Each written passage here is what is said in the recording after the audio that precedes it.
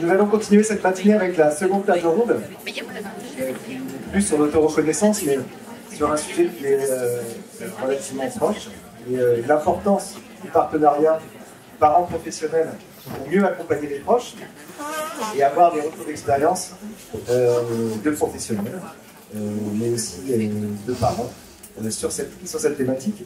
Alors je vais demander déjà à chaque intervenant de pouvoir se présenter très succinctement, parce que les temps sont toujours un peu comptés. Et ensuite on pourra débattre de cette question assez fondamentale pour les familles et pour les professionnels. Bonjour à tous, je suis Gonelle Chal, présidente de l'association française des aidants. Et en parallèle, on copilote un dispositif de partenariat en santé dans un établissement spécialisé à Lyon. Alors bonjour à tous, et donc je suis ravi d'être présent pour mes amis, donc Louis et Elodie. Je suis professionnel du médico-social depuis quelques années, je suis éducateur spécialisé de formation et également guide en analyse des pratiques professionnelles. Mon objectif ici d'être là, c'est surtout d'être ravi d'être présent pour mes amis, mais aussi surtout de représenter la bienveillance du corps professionnel dans l'accompagnement des familles. Bonjour, Alice Moiti, je suis la maman de 3 enfants, dont Sacha, qui est polyhandicapé et malvoyant. Vous adore ajouter et souriant, un peu trop la nuit, mais voilà. Je suis également père aidante, conseillère en parentalité pour Beauvoir la ferme. Je suis performatrice repère aidant avec APF France Handicap et aussi parent expert en éducation thérapeutique du jeune patient. Avec la filière déficience, car Sacha est polyhandicapé dû à une mutation génétique uniquement.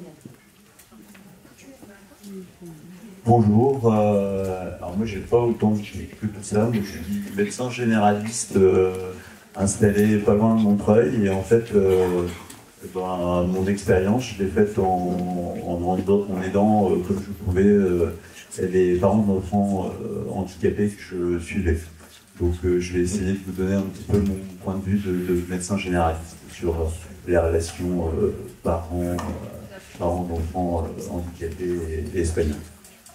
Alors juste, tout le monde vous entend là même derrière, parce qu'il paraît qu'il y a des problèmes de son, mais je pense que ça se passe bien. Ah, moyennement.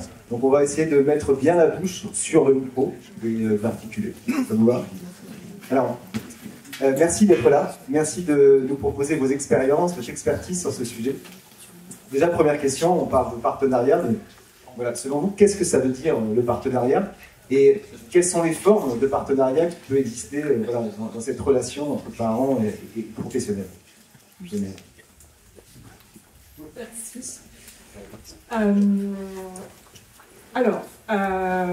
Il existe des définitions officielles du partenariat. Il y a même une définition au niveau de l'OMS, une définition également au niveau de l'ONU.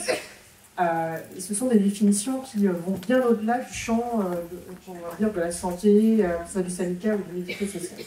Le partenariat, généralement, c'est défini comme le mode de relation le plus intense entre un minima 2 personnes, parce que c'est une relation qui repose sur un postulat qui est la reconnaissance de cette interaction. On ne peut pas être partenaire seul. Il faut minima être quelque chose d'eux, donc la reconnaissance d'autrui, avoir un objectif commun et en même temps un intérêt qui peut être, il va employer le terme à dessein égoïste, tout au long d'une démarche qui sera co-construite entre les 2 personnes. Et en fait, pour qu'il y ait partenariat, ça suppose qu'il y ait à minima 3 conditions.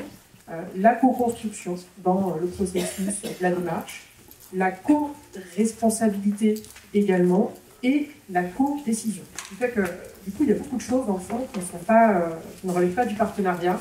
Et parfois, le terme est employé, même dans la vie quotidienne, un peu à tort et à travers, si je puis dire, pour désigner d'autres manières de faire avec les personnes, mais qui ne sont pas du partenariat.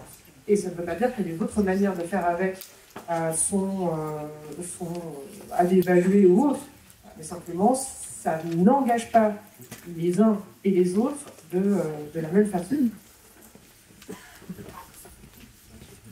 Alors, je n'ai pas de définition aussi précise du partenariat, mais en tout cas merci, parce que Ça va aborder quelque chose qui vient maintenant de mon quotidien professionnel, c'est de reconnaître la famille comme notre partenaire essentiel. C'est-à-dire que pour moi, ça fait maintenant 15 ans que je travaille dans ce milieu, les familles qu'on accompagne au quotidien, il faut avoir un respect, une bienveillance, une empathie qui est très importante, mais aussi la définir auprès de ses collègues, ses partenaires professionnels. C'est loin d'être simple, c'est loin d'être un combat qu'on gagne tous les jours. Moi, voilà, je suis très proche maintenant des bobos à la ferme parce que je me reconnais dans les valeurs qu'elles défendent. On doit, en tant que professionnel, on est garant de ce partenariat, je pense. Je pense que beaucoup de professionnels l'oublient. Il faut vraiment qu'on arrive à le transmettre le plus. C'est aussi pour ça que je suis lié dans la formation analyse des pratiques professionnelles et qu'aujourd'hui j'interviens dans les IRTS pour le transmettre. On a des professionnels qui sont en devenir, qui ont envie d'avoir cette forme de partenariat avec les parents, mais il y a beaucoup de freins qu'on va aborder, je pense, après.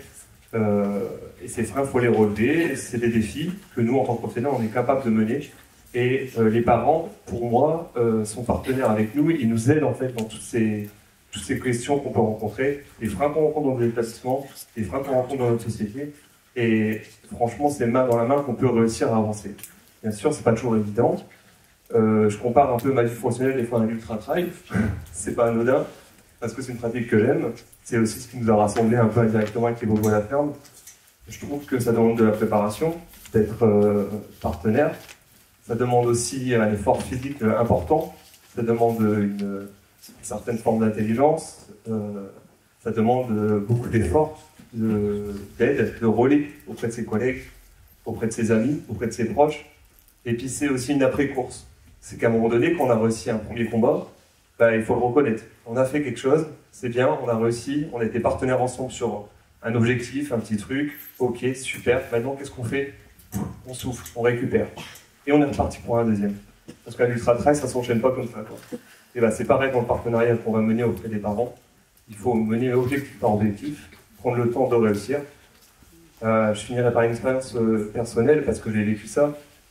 Moi aussi, j'ai failli, entre guillemets, passer du côté de parents avec enfants handicap. Alors, c'est pas sans émotion que je le dis. Ils l'ont su aussi, et c'est pour ça que je suis là aujourd'hui. Je le partage parce que c'est important et je suis invité ici pour le faire. Voilà, j'ai un enfant qui a eu des difficultés de santé. On a été reçu dans un hôpital et à un moment donné, on a lu dans un compte-rendu, pour mon enfant qui a vécu ce drame, ses parents sont exigeants. Et en fait, je me suis dit, mais en tant que professionnel et en tant que parent, c'est là où tout s'est un peu lié. Je me suis dit, mince, qu'est-ce qui se passe? Parce que oui, je suis exigeant en tant que parent, mais on m'a ciblé à ce moment-là avec ma femme. Est-ce que l'exigence vient du fait que je suis professionnel ou simplement parce que je connais mon enfant? Et en fait, tout s'est rassemblé. Tout s'est un peu mêlé. Alors, bon, il ne fait pas partie suffisamment d'un enfant avec une reconnaissance pour avoir un handicap aujourd'hui. Parce qu'il y a aussi un degré pour être handicapé aujourd'hui. Et en même temps, on en souffre quand même et on continue de vivre avec ce qu'on a vécu. Et moi, ça me rassemble un peu toutes ces idées parce que je me dis, à ce moment-là, si le médecin ou si la personne qui était devant moi, elle avait été partenaire, peut-être que j'aurais essayé de lui faire comprendre pourquoi j'étais exigeant, parce que sans cette exigence, il serait peut-être plus là mon enfant. Voilà pourquoi. Et là où je vous rejoins, en tant que parent et en tant qu'expert, c'est justement parce que, en fait, vous connaissez très bien votre enfant qu'on ne peut pas voir au quotidien. Nous, on intervient actuellement dans un CESAD, j'interviens actuellement dans un CESAD, où on va au domicile des parents. On n'a pas accès au quotidien complet, c'est impossible. On nous demande d'ailleurs plus de suivi. On nous demande plus de suivi de jeunes, avec moins de temps, on ne peut pas, on est obligé de créer un partenariat. Ce serait impossible sans ce partenariat. Donc aujourd'hui, voilà, j'ai envie d'émaner ça, j'ai envie d'en profiter d'être ici pour le partager, et j'espère que ça fait écho à certains professionnels qui sont présents dans cette salle. Ouais, merci. Alors moi je reviens, on a beaucoup entendu ce matin, reconnaissance. Je pense que le partenariat, il se construit à partir du moment où on se reconnaît en tant que parents aidants. Le handicap, le polyhandicap qui plus est, c'est vraiment s'effondrer dans un monde parallèle, obscur, on est isolé, on n'y comprend rien, c'est inconnu, total. Et là apparaît cet enfant aussi, qui nous est inconnu, il n'est pas celui qu'on attendait, il ne sera jamais celui qu'on attendait, et des personnes apparaissent, mais c'est un peu des extraterrestres, puisqu'ils nous parlent, on ne comprend pas forcément ce qu'ils nous disent. Ils nous montrent des directions, je ne vois rien, et je ne comprends pas pourquoi on m'a dans ces directions-là. Donc ce partenariat, il se construit quand, déjà, au lieu de me parler de la hauteur, moi je suis effondrée, c'est vraiment se mettre à côté de moi, me tenir la main et me dire, voilà, vous ne savez pas faire, nous, on a certaines connaissances où on peut vous aider à vous relever, vous allez apprendre non pas à survivre, mais à vivre, et voir, observer, avoir des compétences et pouvoir avancer ensemble vers l'accompagnement en fonction des besoins de cet enfant qui aura des besoins particuliers. Donc ce partenariat, c'est vraiment en fonction du cheminement dans lequel je vais être, puisqu'il y a cette chute, il y a ce deuil à faire pour accepter, se résilier à, et c'est un parcours qui recommence régulièrement. Il y a plusieurs annonces, il y a eu l'annonce du handicap, il y a l'annonce du diagnostic génétique. Il y a 6 mois, on m'a annoncé que j'étais porteuse du gène qui explique le polyhandicap de Sacha. On recommence dans ce cheminement d'acceptation. Aujourd'hui, j'accepte le handicap de Sacha, accepter d'en être responsable, on chemine. Donc voilà, c'est vraiment un perpétuel recommencement et en fonction de notre cheminement, la notion de temporalité, c'est adapter ce partenariat à la situation, à l'enfant, aux parents, puisque j'aime le dire, mais l'aider va bien quand l'aidant va bien. Donc c'est vraiment cette cohésion qui fait qu'on avance et qui donne une qualité à l'accompagnement de toute la sphère. Merci. En fait, moi, pour vous donner un peu le point de vue du médecin, je pense que, donc moi, ça va être plus médecin généraliste, on a eu le point de vue du médecin spécialiste ce matin. Médecin généraliste, en fait, moi, je le verrais plutôt comme un coordonnateur, une espèce de chef d'orchestre un petit peu de tout ce qui va être intervention. On est quand même un point de passage un peu obligé pour tout ce qui est prescription médicale, transport, etc.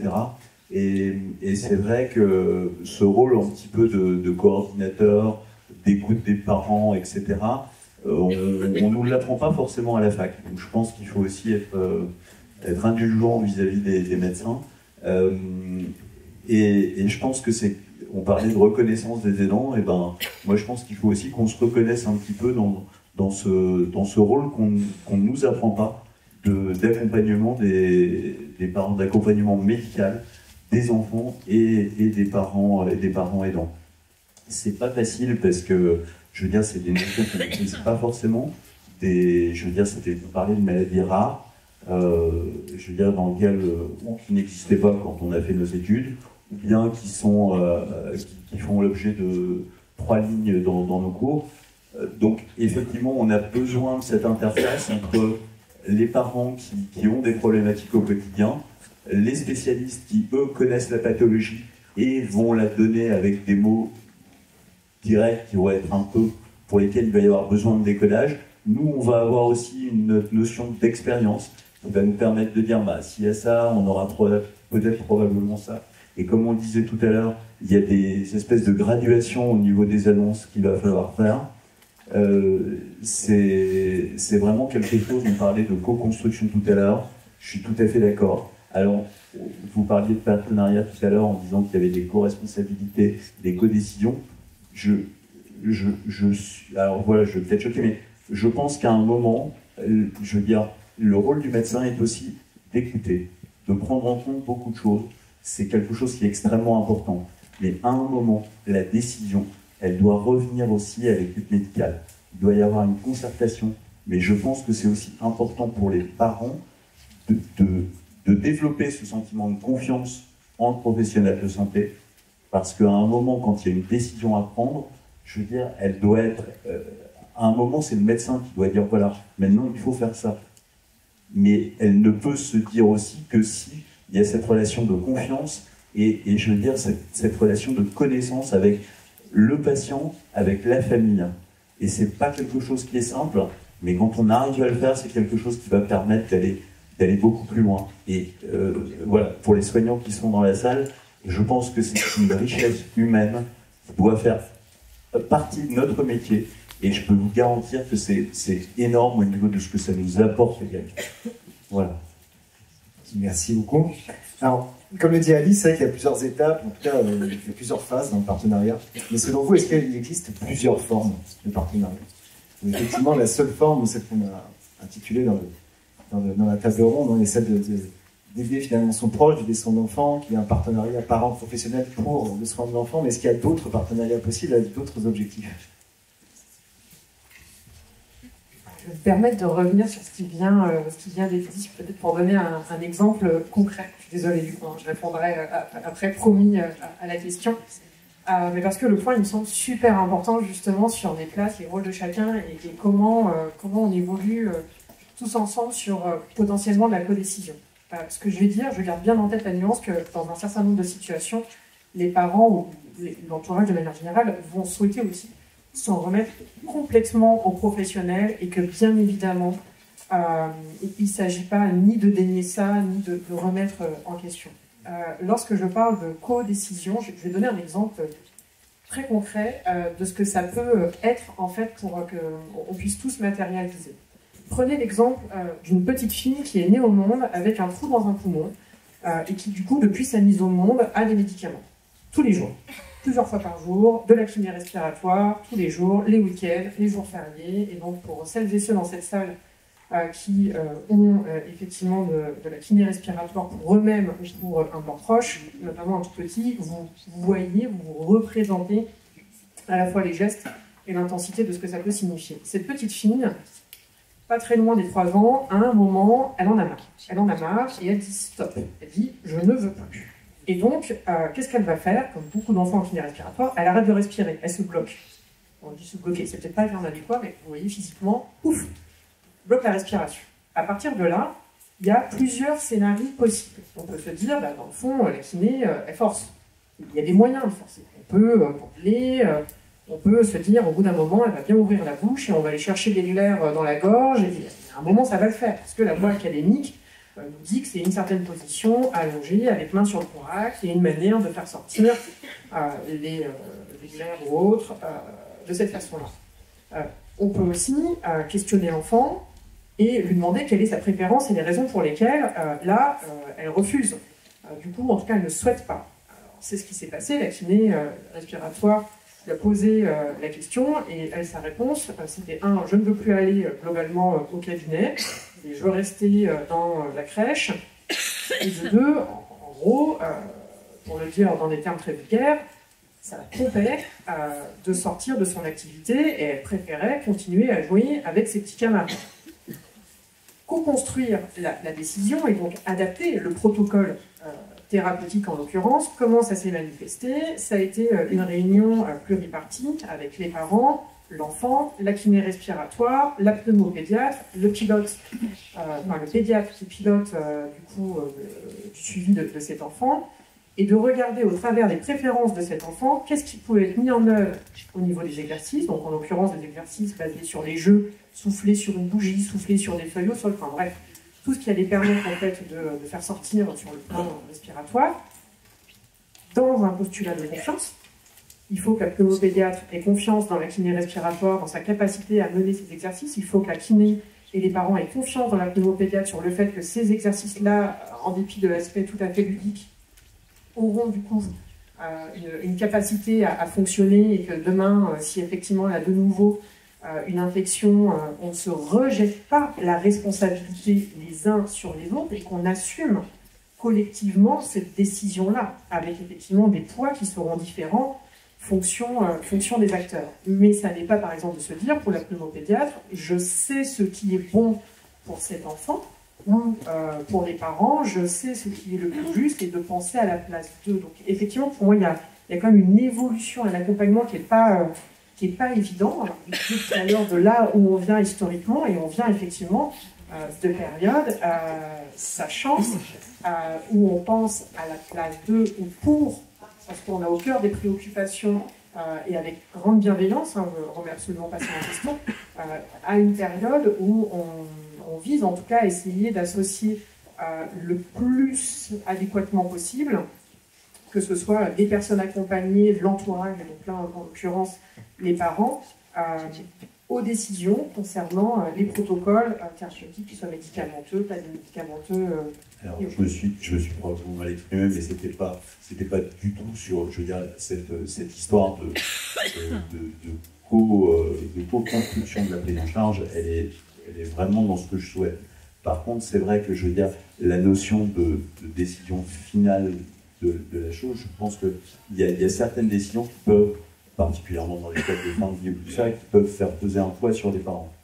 Et je pense que ce poids-là doit être assumé par les professionnels de santé. Donc c'était dans ce sens-là que je l'envisageais, mais sinon, je veux dire, au niveau de la décision et de la co-construction, c'est vraiment quelque chose... Enfin, quand j'ai dit qu'il fallait vraiment qu'il y ait un dialogue et que la confiance s'instaure, je veux dire, voilà, moi, dans l'expérience que j'ai, c'est qu'effectivement, pour avoir parlé de fin de vie à différents moments au calme, je veux dire, c'était des choses qui étaient importantes pour pouvoir définir ce qu'on devait faire si ça arrivait. Et le problème, c'est qu'effectivement, il y a des moments quand ça arrive, on n'est pas forcément dans la sérénité qu'on avait au moment où on avait ça. Et là, je pense qu'effectivement, le rôle du soignant, il est de dire, voilà, on avait décidé ça, il faut les appliquer. Parce que c'est des choses qui ne sont pas simples à faire. Je pense que chaque cas est personnel, mais je pense que, je veux dire, il y a une... Mais ça, c'est plus, je veux dire, pour moi, la simplicité pour le soignant, c'est bien, faites comme vous voulez, je vous suis. Et je pense que c'est, à mon avis, mais encore une fois, on est là pour discuter, je pense qu'il est important aussi que si cette décision, si cette discussion et si cette confiance a lieu, à un moment, le soignant doit prendre sa part de responsabilité et ne pas se cacher derrière le fait justement de cette co-construction. Je pense que c'est un risque aussi que je mets sur la table. Je ne sais pas comment le résoudre, hein, mais je veux dire, je sais que moi, pour l'avoir vécu, faire des réunions de concertation pluriprofessionnelle avec des services de soins palliatifs, avec des soins palliatifs pédiatriques, avec le HLD, avec la famille, avec les intervenants, je veux dire, et noter tout ça permettait en fait aussi d'apaiser les choses et de réfléchir sereinement à des choses qui sont pas simples du tout à aborder. Et je veux dire, et qui permettent effectivement, à un moment, si jamais ça arrive, de se dire, ben voilà, on avait pensé aux choses, on les avait, voilà, au dernier moment, on se dit, bah ouais, on va peut-être pas l'appliquer ou on va peut-être pas le faire. Et en fait, le professionnel de santé, en mon cas, le médecin traitant, doit se dire, non, être là pour être le garant un petit peu de cette décision-là. Qui n'est pas une décision simple, hein. Je veux dire, c'est reporté. Mais je pense que les parents ont un tel poids de décisions quotidiennes à prendre qu'à un moment, et je pense que si effectivement ils ont confiance dans leurs intervenants, que ce soit le pneumopédiatre, que ce soit le médecin généraliste, que ce soit un autre, la décision passera beaucoup plus simplement. Mais ça passe par du temps, ça passe par de la connaissance. C'est pas quelque chose qui s'acquiert comme ça. C'est quelque chose qui se construit. Et moi, je suis installé depuis 25 ans. Je veux dire, la confiance que j'ai avec mes patients, et Dieu sait qu'il y a des patients qui viennent me voir pour, je veux dire, le chirurgien va leur dire, bon, vous faire ça, et il me dit, bah ouais, on va en parler au médecin généraliste, il nous connaît bien. Et c'est vrai que c'est, pour moi, c'est pas quelque chose de problématique. Et au contraire, je pense que si moi je leur dis, bah oui, je vous connais, je pense que c'est effectivement une bonne décision, ça passera beaucoup mieux. L'acceptation on parlait d'arthrodèse ce matin, c'est vrai que c'est des choses qui peuvent poser problème pour des parents, et je pense qu'effectivement avoir l'assentiment de quelqu'un en qui vous avez confiance et qui est du domaine médical est important. Je pense que la notion de confiance est essentielle dans le partenariat. La confiance, le poids des mots qui sont utilisés, apaiser nos mots, on a dit. La transparence aussi, des propos de la situation en fonction de là où se situe le parent. Moi, j'avais un professionnel, donc la sage-femme, hein, quelques semaines après la naissance de Sacha en réanimation pédiatrique, qui, face à mon inquiétude, m'a simplement dit « ce sera juste un fainéant qui sera au fond de la classe près du chauffage ». Aujourd'hui, je n'ai jamais revu cette professionnelle. Je peux vous dire l'heure, le jour, la tenue. Enfin voilà, je pense que tous par an, on a ces moments-là qui resteront gravés à tout jamais. Aujourd'hui, j'aimerais l'avoir pour lui dire qu'il est polyhandicapé, qu'il a une scoliose dégénérative, qu'il est à 250 apnées-heure, qu'il est malvoyant, qu'il est alimenté par gastrostomie. Voilà, je ne lui reproche pas, c'est les mots, la façon de parler, et c'est cette transparence aussi là. Aujourd'hui, face à la complexité de la situation de Sacha, j'ai aimé entendre de la part d'un professionnel, comprenez ma frustration de ne pas savoir, de ne pas pouvoir faire. On est dans l'inconnu et on va chercher ensemble. Mais c'est aussi ce professionnel qui ose dire et qui sait dire « je ne sais pas ». C'est une situation particulière, je ne sais pas. En matière de partenariat, je pense qu'il y a ce partenariat pro-pro, mais il y a aussi ce partenariat pair-pro. J'accompagne beaucoup de professionnels en tant que pair pour faire valoir ce savoir expérientiel. Des sessions de sensibilisation, de formation. Il n'y a jamais eu de moment où je n'ai pas appris quelque chose du professionnel et où le professionnel m'a dit merci parce que je leur ai apporté quelque chose. En tant que parent, quand on s'adresse à d'autres parents, le poids des mots, on n'a pas besoin de mots pour expliquer l'impact. On va évoquer l'annonce. On n'a pas besoin de développer. Nos regards, nos blessures, elles sont semblables. Donc c'est vraiment une expérience et un savoir qui ne s'apprend pas, mais qui se vit et du coup qui parle et qui complète les propos du professionnel.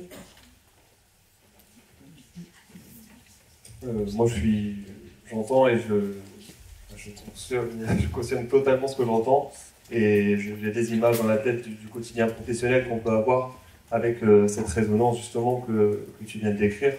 Et en effet, il faut avoir ce partenariat qui soit le plus limpide possible. Bien sûr, c'est important d'avoir des personnes qui sont plus ou moins expertes des sujets qu'on doit aborder, des objectifs qu'on doit atteindre.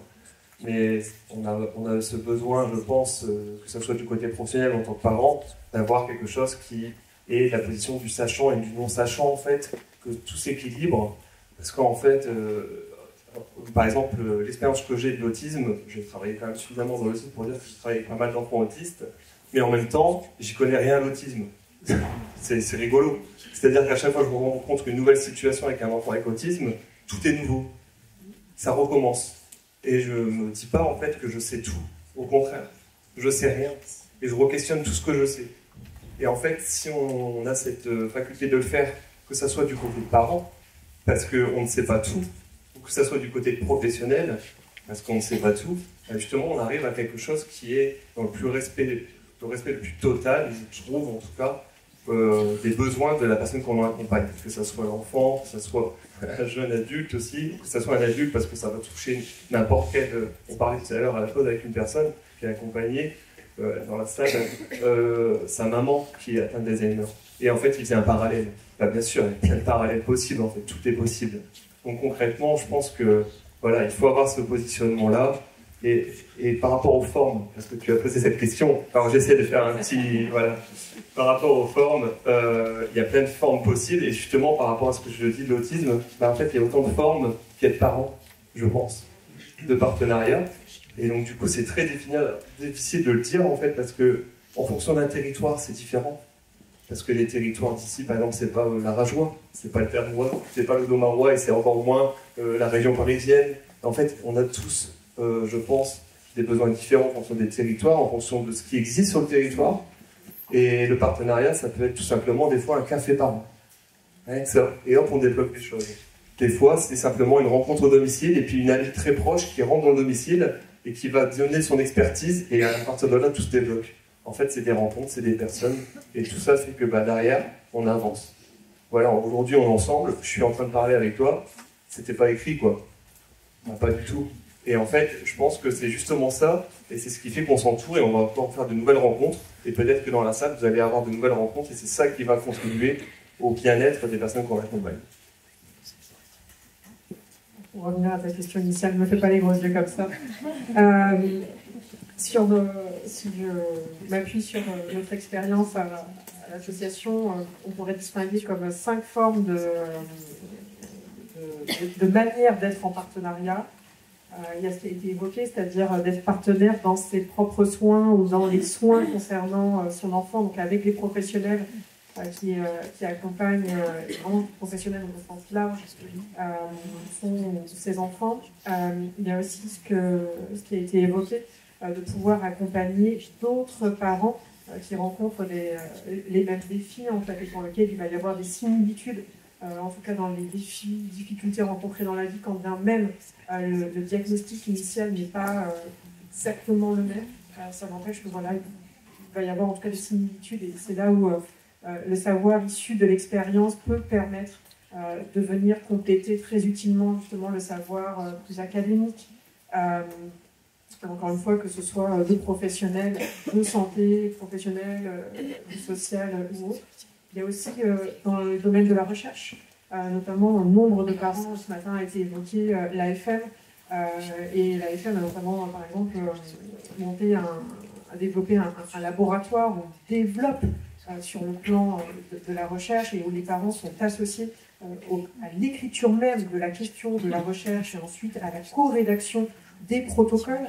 Ça peut être dans la formation, j'ai cru entendre quand on s'était présenté tout à l'heure à l'éducation thérapeutique des patients, où effectivement les parents peuvent également du coup être co-formateurs, c'est-à-dire enseigner, former des futurs professionnels de santé, que ce soit dans les études dites de santé, de médecine, dans des instituts de formation de soins infirmiers, dans des instituts de formation des soignants, etc., etc.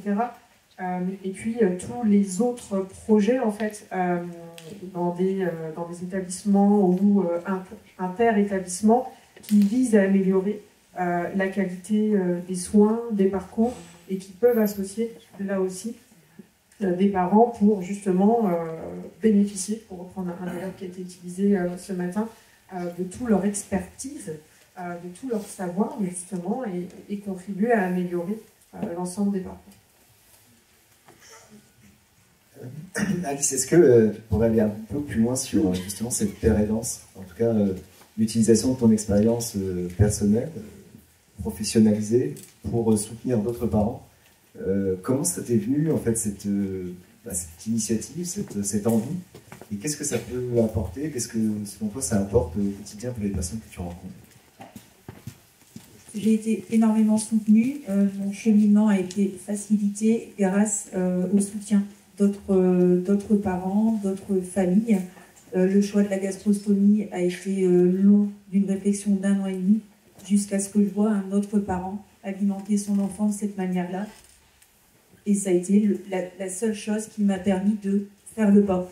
Pourtant, tous les professionnels médicaux et médico-sociaux nous demandaient de le faire. La manière dont c'était annoncé, c'était plutôt pour notre confort. Il était hors de question que je fasse subir un acte médical pour mon confort à Sacha. Et c'était voilà, une manière de voir d'autres parents qui l'expliquaient et le faire. Donc je pense que ça a été indispensable, même dans la prise en charge médicale de Sacha.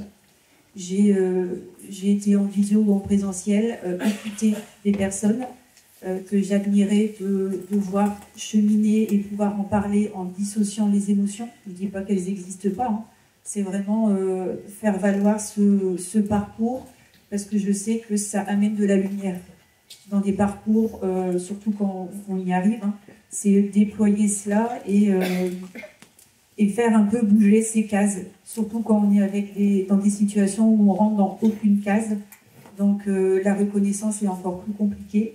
Maintenant, c'est voilà, père aidant, c'est permettre aux aidants de se reconnaître pour se mobiliser, pour aider, être aidé et accompagner vers une acceptation, une résilience. Enfin, chacun utilise le terme en fonction de son aptitude, mais voilà, la pérédance, c'est vraiment faire évoluer nos réflexions et donner de la valeur à ce que j'ai envie de faire, la manière dont je le fais, la posture qu'il faut que je prenne aussi, la posture et la position, pour que tout soit accessible dans la manière dont je le prévois. Je pense que intégrer les parents dans la réflexion et dans cette pérédance, c'est créer des instances, créer des projets, créer des programmes, mais réfléchir avec les personnes qui sont concernées. On est sûr de viser dans le mille et de ne pas perdre du temps par la suite à se dire bon, on est peut-être à côté, il faut peut-être retravailler ça. Si on adhère dès la démarche de construction, de co-construction, on arrive sur quelque chose qui est vraiment dans un cadre et dans une réalité telle qu'elle soit. Mathieu, vis-à-vis de cette péréquance professionnelle et de cette expertise qu'on va peut-être apporter à les professionnels et réciproquement, est-ce que tu le côtoies dans ton quotidien? Est-ce que c'est quelque chose qui s'est développé autour de toi, ou c'est encore quelque chose de très très nouveau? Bah, ça dépend de l'heure au travail, je pense. Ça dépend aussi des envies de chacun, je pense aussi. Je pense que la péréquance, c'est clair, je vous rejoins, c'est un point fort, un point d'ancrage, et puis c'est aussi c'est un peu montrer quelque chose sans forcément le dire, en fait, la péréquance. Donc on voit qu'en fait, quand ça fonctionne, c'est un peu comme quand je fais des analyses de pratique dans un groupe de pairs, en fait, professionnels. Tout le groupe va aider l'autre dans la problématique qu'il rencontre. Et en fait, quand ça fonctionne, il y a comme la personne qui a la difficulté qu'elle va rencontrer, la personne va avoir comme un soulagement. Elle va, ça y est, j'ai déposé mon truc et j'ai trouvé une solution. C'est pas moi qui trouve la solution, c'est le groupe. Et il va trouver sa solution lui-même, en fait. Il trouve sa solution par le retour d'expérience de chacun du groupe, en fait, par le fait que ça nous fait penser à quelque chose, sa problématique. Parce que là, quand on parle, ça vous fait penser à des choses que vous avez vécues tous, en fait, individuellement ou collectivement. Alors, en fait, on pense toujours un peu à soi, indirectement. C'est un peu égoïste, mais en même temps, et on renvoie nos propres expériences. Et si l'autre, ça lui correspond, hop, ça lui parle.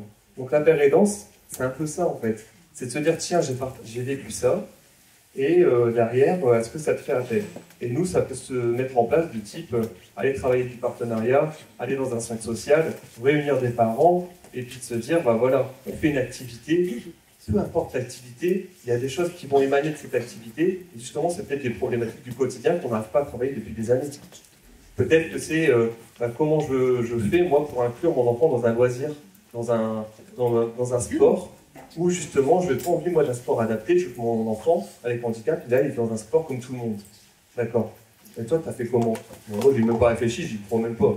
Ah bah d'accord, ça m'est déjà venu dans l'idée. Et toi, tu as fait comment? Eh bien, moi, je l'ai réussi parce que j'ai trouvé une super personne, je te donne son contact. Et clac.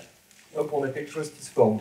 Et puis derrière, voilà, et c'est justement par le retour de la péréquance. Alors, je ne sais pas si on est vraiment là-dedans, mais en tout cas, c'est le fait que chacun partage et puis qu'on prenne les compétences des personnes aussi, des parents qu'on accompagne. C'est-à-dire que certains parents ont des grandes compétences dans plein de domaines. Il faut les reconnaître, leur dire, le verbaliser aussi. De dire à un moment donné, mais tu as vu ce que tu sais faire. Et ça, rien que ça, déjà, de l'entendre dire, bah voilà, j'ai réussi à faire la gastrostomie de mon enfant, maintenant je m'en occupe. D'accord? Alors regarde, je vais te montrer. Ah ouais, mais comment tu sais faire ça, toi? Et rien que mettre des mots dessus, on se rend compte nous-mêmes, ah bah tiens, j'ai attrapé une sacrée compétence, bon, bah, je vais le partager aux autres, sans se sentir expert. La péréquance, c'est ça au quotidien. Bien sûr, il y a des freins, parce qu'on invite les parents à venir dans nos établissements, on invite les parents, voilà, et des fois, bah, les établissements ne sont pas prêts. Historiquement, je rejoins le Marc ce matin, je me suis reconnu un petit peu dans tout ce qu'on vit, parce que historiquement, on a encore ces freins-là, quoi. On a encore cette histoire de ce passé qui est présent, et les professionnels se confrontent à ces problématiques-là, d'organisation, de gestion du temps, de budget. Alors là, je ne vous en parle même pas, vous avez bien, je pense, tous l'idée qu'on a des problèmes de budget, et d'autant plus encore aujourd'hui. Et donc, du coup, on se confronte à toutes ces problématiques-là, et en même temps, on a envie de travailler sur les nouvelles évolutions de l'offre, de la péréquance, tout en évoluant, tout en objectivant. Voilà. C'est loin d'être simple. C'est une question compliquée. Voilà, c'est pour ça que je te la pose. Philippe, selon toi, c'est quoi l'enjeu en fait du partenariat? Les enjeux du partenariat?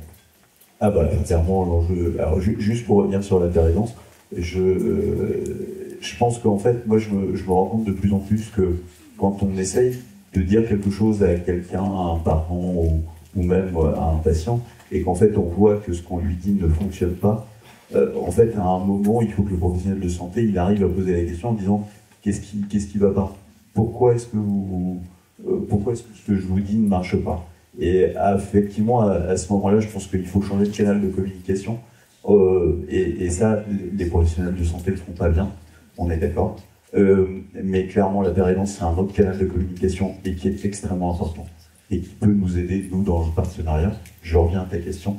En fait, qu'est-ce qui est important? C'est la prise en charge, la bonne prise en charge, la meilleure la meilleure prise en charge possible de l'enfant et de sa famille.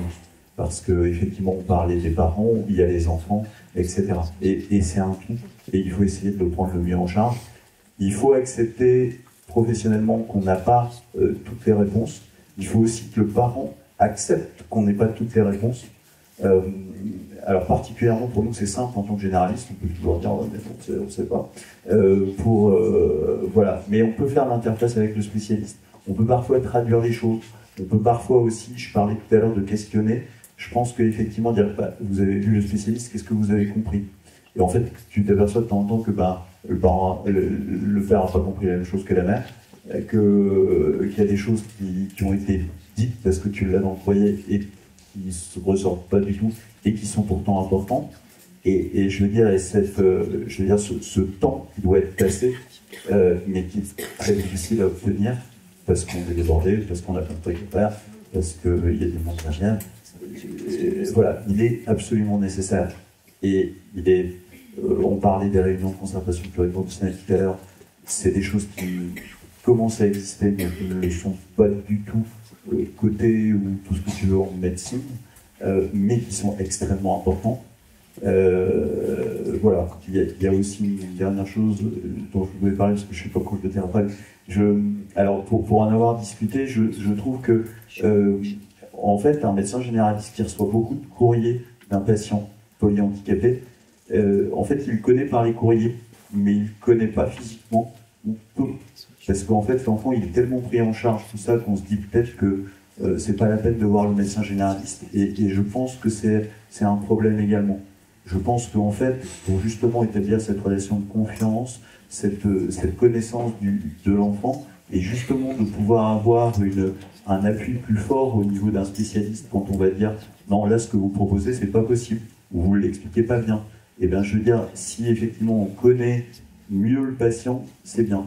Alors, effectivement, on en discutait ensemble en préparant, mais est-ce que ça ne vaudrait pas le coup de dire « Ben voilà, on fait…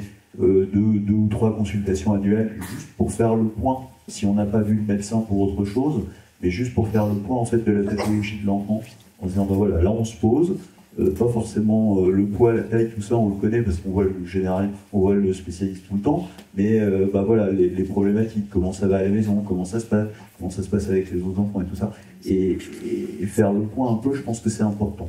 Voilà. Donc ça, je pense que ce point est un frein, cette méconnaissance des enfants, et je veux dire clairement, hein, je prends pour moi aussi, il faut qu'on accepte de se remettre en cause. C'est à mon avis extrêmement important. Gwenaëlle, les enjeux selon toi? C'est de pouvoir augmenter le pouvoir d'agir de chacun, individuellement et collectivement, donc de là où il est. Le pouvoir d'agir de la personne accompagnée, des parents, des professionnels et de nous tous dans la société. Ça aura échappé à personne, on est quand même dans une phase où il y a un sentiment d'impuissance qui va croissant.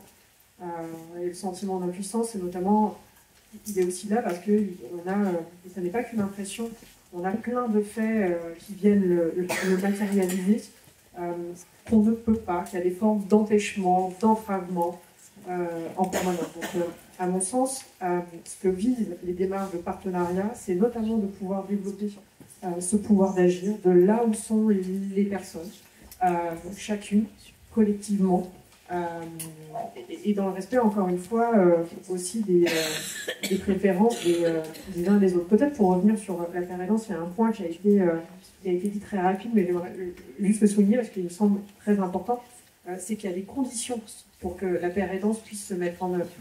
Un dispositif de pérédance va au-delà d'un échange qui peut être informel, par exemple, dans une salle d'attente, où c'est de l'entraide et qui va avoir sa valeur, son importance, bien évidemment. Mais dans le projet, en tout cas dans la démarche qu'Alice a notamment explicité, sur les programmes de pérédance, ça nécessite qu'effectivement il y ait des conditions mises en œuvre pour qu'à la fois la personne qui est père aidante et la personne rencontrée soient dans des conditions qui permettent, déjà que ces rencontres puissent avoir lieu, et qu'il y ait aussi de la part du père aidant une prise de recul, une capacité à pouvoir expliciter justement son vécu pour que la personne qu'il rencontre puisse aussi justement, ça puisse faire écho. Mais c'est pas si simple que ça en fait. Ça nécessite là aussi, au-delà de cette prise de distance, de ce recul, un travail réflexif qui a été fait et qui lui aussi a beaucoup de valeur en fait. Je sais pas si vous avez une réaction, Alice, sur ce sujet. Je suis d'accord, et c'est vrai que dans la notion de père aidant, c'est toujours une proposition. Et on y va si on se sent d'y aller en fonction de certaines thématiques, en fonction de certains projets. Je vais aujourd'hui adhérer à des réflexions sur lesquelles je n'aurais pas adhéré il y a 2 ans, parce que ce cheminement n'était pas... Donc c'est vrai que voilà, cette père aidant, c'est vraiment cette dissociation entre le vécu et le fait de pouvoir en parler avec des émotions un peu en retrait. Je pense qu'au niveau des enjeux, c'est vraiment cet accompagnement global où chacun s'y sent bien. C'est vraiment le aller vers ensemble, s'adapter au fur et à mesure en fonction des temporalités qui sont différentes pour l'aider, pour l'aidant, pour le professionnel, pour l'institution. Et c'est vraiment comment on synchronise toutes ces difficultés pour faire ensemble. Et je n'ai pas encore, je pense, entendu ce conflit de loyauté. On n'est pas à regarder qui fait ou qui ne le fait pas, qui fait mieux ou qui fait moins bien, mais c'est aujourd'hui l'objectif est identique pour tout le monde. C'est l'accompagnement dans la bienveillance de cet enfant. On y va ensemble, chacun avec nos bagages, nos ressources et nos savoirs, et on peut y arriver. Vraiment, vous êtes top. Hein. Non, moi je pense qu'il y a aussi un des... c'est tout est à construire, quoi. Il y a plein de choses. Je pense qu'il y a, effectivement, on entend beaucoup de bienveillance, on entend beaucoup d'écoute, de partage. Je pense que de toute manière, effectivement, ça doit être réciproque. C'est-à-dire que le professionnel, il doit se dire, ben voilà, le parent, il a quelque chose à m'apporter au niveau de la prise en charge de l'enfant. Moi, ça me permettra d'être plus pertinent dans ce que je vais proposer. Et le parent, voilà, effectivement, il faut aussi que le professionnel de santé joue son rôle et fasse les choses. Est-ce qu'on peut poser une question? Oui, moi, je suis éducatrice dans une structure.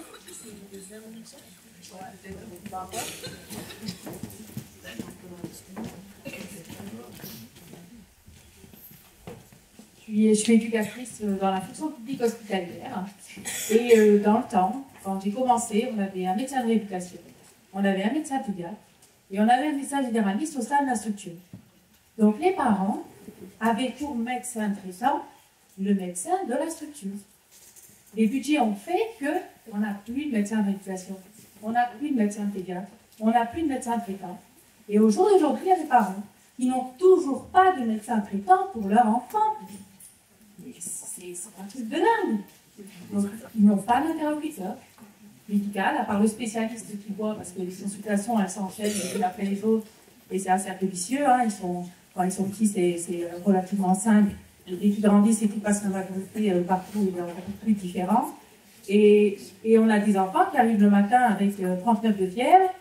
Les parents ils mettent un mot dans le cahier en disant SOS, les gars, nous, on n'a pas de médecin traitant, il a 39 de fièvre, on fait quoi? Nous, on fait rien, parce qu'on n'a pas de médecin traitant.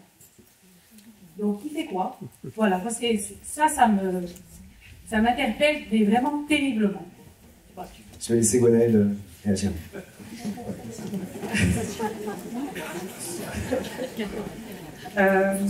Et là, oui, en fait, à ce moment, ça me tout arriver. Non. Alors, très clairement, et je vais me permettre de... C'est pas une pirouette, mais il y a souvent une question qui est posée qui va du coup répondre au grave de questions. Très tôt, donc en tant que président de l'association, on me demande mais quels sont les besoins des aidants et des proches aidants. Et en fait, le premier, mais qui est comme évacué, c'est que la personne accompagnée ait accès aux soins, que ce soit en qualité ou en quantité. C'est le premier. Ce pourquoi, que ce soit parents, conjoints, frères ou sœurs ou enfants, on se bat, et j'emploie à bon escient le terme on se bat. On se bat pour l'accès aux soins, parce qu'il y a encore, il y a un baromètre qui est sur le site de la Sécu, qui est fait par Handifaction, et qui montre qu'à peu près 20% des personnes en situation de handicap n'ont pas accès aux soins, et à peu près dans la même proportion ont un refus sur l'accès aux soins. On se bat pour effectivement l'exercice des droits de la citoyenneté, donc de fait, tant que ça, ces éléments très factuels en fait ne sont pas, j'ai envie de dire, abordés en face, de manière un peu frontale justement, et qu'on se pose en permanence la question de se dire mais quels sont les besoins des aidants alors que là, on ne l'aborde pas, on a plus qu'un souci en fait. Et on crée un système qui s'auto-nourrit en permanence. Donc moi je vous rejoins complètement là-dessus. J'ai vu que Élodie a fait un signe sur le temps, donc je ne développerai pas. Parce que oui, tout à l'heure, c'est signe, mais va sur les freins, très bien, donc je vais sur les freins au partenariat. Mais tout ça pour dire qu'effectivement, ce point-là, de comment le paysage, la structuration, et ça fait écho, donc je le dirais avec grand intérêt, le rapport, mais la manière dont on structure l'offre de manière générale a un impact, c'est majeur. Vous parliez de virage domiciliaire, on parle d'approche domiciliaire également. Enfin, les seules personnes à qui on n'a pas posé des questions, ce sont les proches aidants quand même. Moi, je veux bien, mais comment ça s'organise? Si on reprend ce qui s'est passé durant le Covid, vous regardez juste les textes, notamment qui autorisaient les personnes donc, ayant le Covid et nécessitant une oxygénothérapie au domicile. Bon, la condition de ça, c'est qu'il y ait effectivement un proche au domicile. Donc, quand Marie-Christine ce matin disait il y a un déport qui s'accroît, de fait, c'est le cas. Il est en train de s'accroître et un certain nombre de décisions qui sont en train d'être prises, nous, en tout cas, nous amènent à penser que les assignations vont être de plus en plus fortes, très clairement. Et que ce qu'on annonçait il y a 10 ans comme étant un risque n'est plus de l'ordre du risque aujourd'hui, c'est une réalité. Alors, sur les freins, il y a plusieurs freins qui nous limitent les uns et les autres dans les démarches de partenariat. Peut-être le premier, qui va sembler extrêmement trivial, c'est notre peur de la rencontre. Pour qu'il y ait partenariat, il faut qu'il y ait rencontre. On a dit interaction minimale. Il faut qu'il y ait une rencontre. Et dans la rencontre, il se passe quelque chose de tout à fait imprévu. Vous n'allez pas être en contrôle et en maîtrise de ce qui va être énoncé, dit, peu importe la forme, par là les personnes. Et c'est pas pour rien que ces dernières années, il y a eu une augmentation, on a marqué le rapport, des applications de rencontres.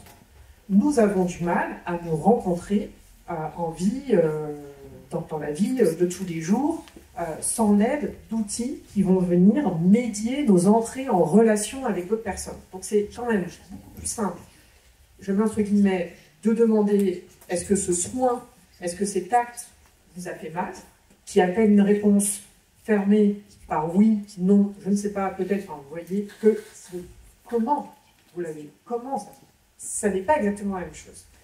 Donc la rencontre, de manière générale, est s'autoriser à rencontrer, à rentrer en relation, c'est quelque chose qui fait qu'à l'heure actuelle, nous avons globalement tous, et je me mets dedans, du mal par rapport à d'autres phases de la société.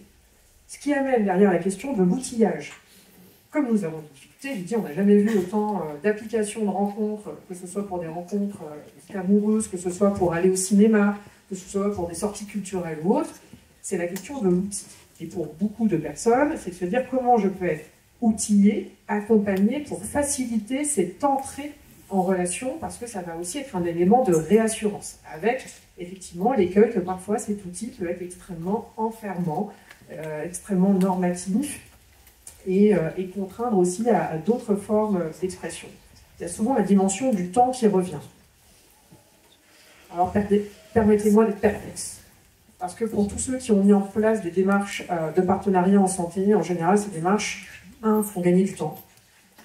Le temps au sens de la montre, et surtout font que le temps vécu, cette fois-ci au sens de temporalité, est un temps beaucoup plus qualitatif. Donc, moi, il me semblerait plus intéressant de creuser derrière qu'est-ce qui fait qu'effectivement, on énonce, on se dit que ça va être la question du temps, et en général, il y a d'autres motifs qui viennent derrière. Donc, il y a tout un tas, je pense, de freins qui peuvent être énoncés. On a même un jeu de cartes sur l'anti-partenariat. Il y a 40 cartes qui expriment des freins au partenariat, et toutes ont leur raison, en fait. Toutes ont leur matérialité. Mais ce que je trouve plus intéressant, c'est de se dire comment collectivement on peut trouver des éléments qui permettent de regarder comment on peut dépasser ces freins-là et y aller. Et je suis sûre que si on interroge chacun dans cette salle, chacun aura effectivement, et nous les premiers, une bonne raison de dénoncer un frein aux démarches en partenariat. Parce que là, on en parle, même la pérédance, comme si c'était quelque chose de l'ordre de l'évidence et autres. Absolument pas. Ça doit être historiquement, et je parle sous contrôle, ça a plus de 100 ans sur les démarches de pérédance sur la liste, mais ça n'est pas évident. Alors, je vais essayer de faire très rapide, parce qu'on a peu du temps, je pense.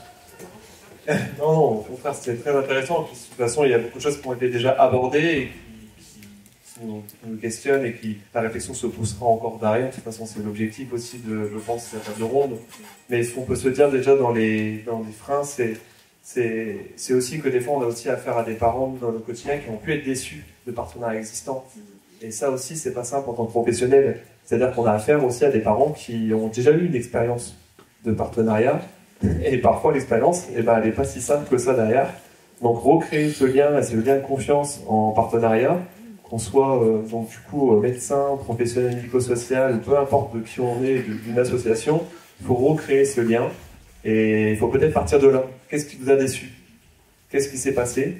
Comment ça s'est passé? Et derrière, voir après, est-ce qu'on correspond à ce nouveau partenaire? Parce que peut-être que c'est pas le cas. Donc ces freins-là, il faut déjà les lever. La première chose, c'est de lever les freins. Et ensuite, d'avancer avec ces familles, d'avancer avec les parents, du coup. Pour rebondir aussi sur ton idée, j'avais noté, par rapport au temps, je pense qu'on l'a écrit, on l'a lu, le temps, ça s'implique un peu partout, en fait, à plein de définitions.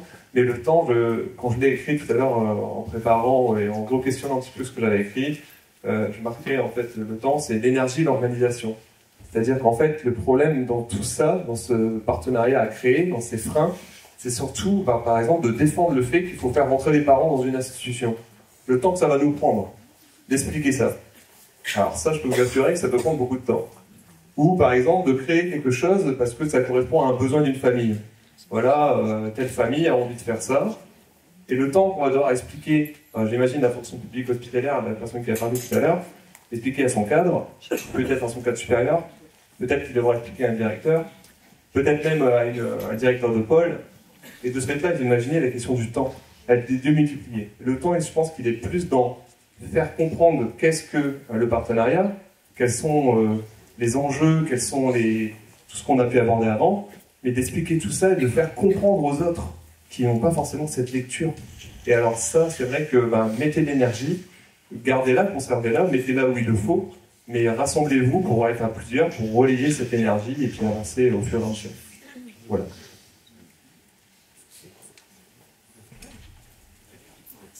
Non, et moi je pense qu'effectivement cette notion de recommencer, si effectivement il y a eu un partenariat avec un professionnel de santé qui n'a pas fonctionné, je pense qu'effectivement trouver le bon coordinateur, qui est pour le coup pas forcément le médecin traitant, mais qui peut être un kiné avec lequel vous avez quelqu'un qui va bien, ou une équipe d'infirmiers, voilà, je pense que c'est effectivement, il faut effectivement nouer ce début de partenariat. Voilà. Merci. Merci. Merci pour ces éclairages. Ça m'a appris aussi, moi aussi, beaucoup de choses. Et je suis assez d'accord sur les mauvaises expériences qui sont parfois ponctuelles, mais qui sont assez décisives dans la capacité à recréer ce partenariat, cette confiance. Et effectivement, je rejoins Philippe sur la possibilité, finalement, dans le paysage qui entoure une famille, d'avoir parfois un coordinateur ou une personne de confiance vis-à-vis de laquelle on pourra, en tout cas, avoir référence, en tout cas questionner, et peut-être se réassurer sur les décisions qui sont en prendre, et je pense que c'est une très bonne chose. Merci à vous. Merci.